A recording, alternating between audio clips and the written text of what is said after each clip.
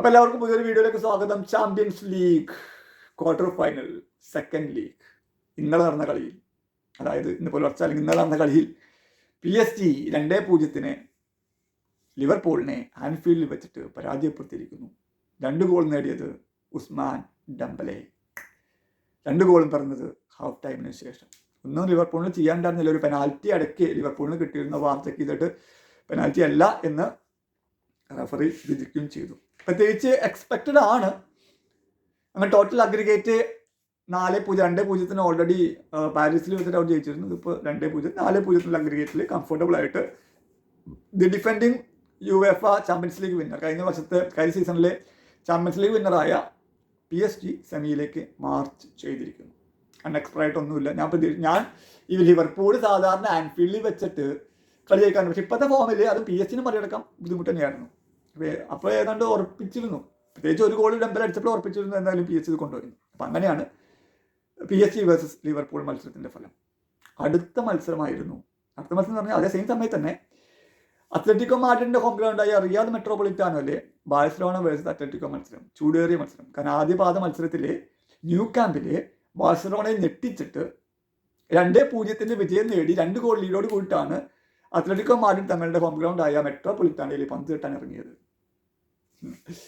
ഒരു ഗോളും കൂടി അടിച്ച് 3-0 ആക്കി അങ്ങനെ അവർ കൊണ്ടുപോകുന്നൊക്കെ എല്ലാവരും പ്രതീക്ഷിച്ചു. പക്ഷെ എന്ന് പറഞ്ഞു കഴിഞ്ഞാൽ വിപരീതമായി ചില കാര്യങ്ങൾ സംഭവിച്ചു എന്ന് പറയാം. ആദ്യ പാദത്തിൽ കുബാസി കിട്ടിയ റെഡ് കാർഡിൽ 10 പേരായി ചുരുങ്ങിയ ബാഴ്സലോണയെ 2-0 തകർത്ത് വിട്ടിട്ടാണ്, മത്സരത്തിൽ തകർത്ത് വിട്ടിട്ടാണ് ഹോം ഗ്രൗണ്ടിൽ ആത്മവിശ്വാസത്തോടു കൂടി അത്ലറ്റിക്കോ മാഡ്രിഡ് പന്ത് തട്ടാൻ ഇറങ്ങിയത്. പക്ഷേ അവർക്ക് തെറ്റി. കളി തുടങ്ങി 4ാമത്തെ മിനിറ്റിൽ തന്നെ യമാൽ അവർക്ക് 1ാമത്തെ ഗോൾ അടിച്ചു. അവരുടെ ലീഡ് 2 ഗോൾ ലീഡ് എന്നുള്ളത് 1 ഗോൾ ലീഡിലേക്ക് മാറ്റി യമാൽ. കിടില മത്സരം എന്ന് പറഞ്ഞു കഴിഞ്ഞാൽ അടി തന്നെ. എപ്പോഴും ബാഴ്സലോണ പ്ലേയേഴ്സ് അത്ലറ്റിക്കോ മാഡ്രിഡിന്റെ ബോക്സിൽ കെട്ടുന്ന ചുറ്റി കളിക്കുക. ടപ്പ ഗോളി കുറെ കഷ്ടപ്പെട്ടിട്ടുണ്ട്.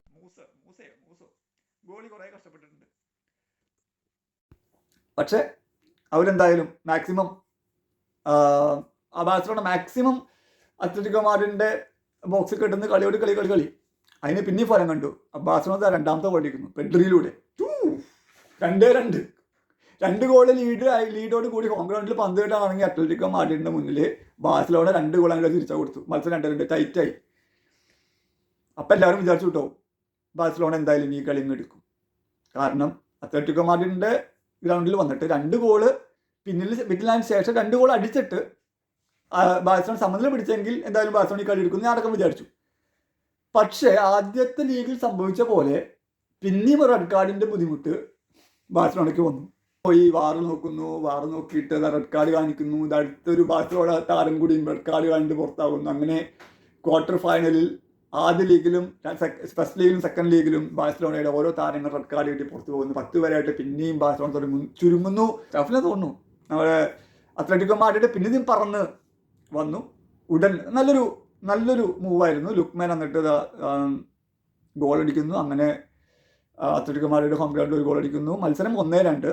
പക്ഷേ total aggregate Atletico Madrid 3, Barcelona 2. കിണഞ്ഞ് പരിശ്രമിക്കുന്നു. 10 പേരുള്ളെങ്കിൽ പോലും കിണഞ്ഞ് ബാഴ്സലോണ പരിശ്രമിക്കുന്നു. ഒരു ഗോൾ അടിക്കാൻ വേണ്ടി, സമനിലയാക്കാൻ വേണ്ടി പരിശ്രമിക്കുന്നു. അറുഖോയ്ക്ക് ഏറ്റവും അവസാന നിമിഷങ്ങളിൽ ഒരു ഹെഡ് ചാൻസ് കിട്ടി. അറുഖ അത് മോളിക്ക് അടിച്ച് കയറ്റി. ഡാനിയൽമക്ക് ഒരു ചാൻസ് ബോക്സിൻ്റെ ഉള്ളിൽ നിന്നാണ് കിട്ടിയത്. ഡാനിയൽമ അത് ലെഫ്റ്റ് ലെഗ് കൊണ്ട് അടിച്ചതാണ്. അത് മേലേക്ക് പറന്നുപോയി. മാക്സിമം ട്രൈ ചെയ്തു, പക്ഷേ നടന്നില്ല. അങ്ങനെ 3-2 സിമയോണി ഹാൻസി ഫ്ലിക്കിന്റെ ബാഴ്സലോണയെ മറികടന്നു. നല്ലൊരു കിഡ്ലൻ മത്സരമായിരുന്നു. കണ്ടവർക്കൊക്കെ ഒരു എന്താ പറയുക, ഒരു രോമാഞ്ചം. കാരണം 2 ഗോളിന് പിന്നിൽ നിൽക്കുന്നു ബാഴ്സലോണ. പിന്നെ 2 ഗോൾ തിരിച്ചടിക്കുന്നു. റെഡ് കാർഡ് കിട്ടുന്നു. പിന്നെ നമ്മുടെ അത്ലറ്റിക്കോ മാഡ്രിഡ് 1 ഗോൾ തിരിച്ചടിക്കുന്നു. വണ്ടർഫുൾ. അങ്ങനെ ഒരു കിഡിലൻ മത്സരമായിരുന്നു കേട്ടോ. സെക്കൻഡ് ഹാഫില് പെഡ്രി ഒരു ഗോളും കൂടി അടിച്ചു. അത് ബാഴ്സലോണ ആഘോഷങ്ങളൊക്കെ ചെയ്ത് സെറ്റായി വന്നപ്പോഴേക്കും അവിടെ റെഡ് കാർഡല്ല, ഓഫ് സൈഡ് വിധിക്കുന്നു. ഗോള് ഡിസ്അലോ ചെയ്യുന്നു. അൺഫോർച്ചുനേറ്റ്ലി ആ ഗോള് കുറിക്കപ്പെട്ടില്ല. അങ്ങനെ അനിവാര്യമായ തോൽവി ബാഴ്സലോണ ഏറ്റുവാങ്ങുന്നു. ബാഴ്സലോണ പുറത്തേക്ക് പോകുന്നു. ഇന്ന് റയൽ മാഡ്രിഡ് എവിടെയാ, ബയേൺ മ്യൂണിക്കിൽ പോയിട്ട് ബയൺ മ്യൂണിക്കിന് ഹോം ഗ്രൗണ്ടിൽ ബയൺ മ്യൂണിക്ക് നേരിടുന്നു. 2-1 തോറ്റ റയൽ മാഡ്രിഡ് ഇന്ന് എന്താ ചെയ്യാൻ പോകുന്നത് നമുക്ക് കണ്ടറിയാം. അവർ ആ ഒരു ഗോള് കുറവുള്ളത് അവർ മറികടന്ന് അവർ ജയിക്കുമോ, അതോ നമ്മുടെ ബയൺ മ്യൂണിക്കിന് 3 മേടിച്ചിട്ട് സമ്പൂർണ്ണ തോൽവി ഏറ്റുവാങ്ങുമോ എന്ന് നമുക്ക് നോക്കാം. കൂടാതെ മത്സരം ആഴ്സണൽ വേഴ്സസ് നമ്മുടെ പോർച്ചുഗൽ ടീമും സ്പോർട്ടിങ്ങും തമ്മിൽ മത്സരം നടക്കുന്നുണ്ട്. അതിൽ സ്പോർട്ടിങ്ങിൻ്റെ ഹോം ഗ്രൗണ്ടിൽ വെച്ചാൽ ആദ്യ ലീഗിൽ ആഴ്സണൽ 1-0 ജയിച്ചിട്ടുണ്ട്. ഹവേർട്ടാണ് ഗോൾ അടിച്ചത്. ഇപ്പോൾ ആദ്യ മത്സരം നടക്കുന്നത് എമിറേറ്റ്സിലാണ്, ആഴ്സണൽ ഹോം ഗ്രൗണ്ടിലാണ്. ആഴ്സണൽ വേഴ്സസ് സ്പോർട്ടിങ്, അതും ഒരു ആവേശകരമായ സാധ്യത. കാരണം ക്വാർട്ടർ ഫൈനലാണ്, ഈ കളി തോറ്റ് കഴിഞ്ഞാൽ പുറത്താണ്. അപ്പോൾ മാക്സിമം എഫേർട്ട് സ്പോർട്ടിങ് ഇടും. അപ്പോൾ 2 തീർപ്പാർന്ന മത്സരങ്ങൾ ഇന്നും ഉണ്ട്. ബാഴ്സലോണ അല്ല, റയൽ മാഡ്രിഡ് വേഴ്സസ് ബയൺ മ്യൂണിക്കും സ്പോർട്ടിങ് വേഴ്സസ് ആഴ്സണൽ.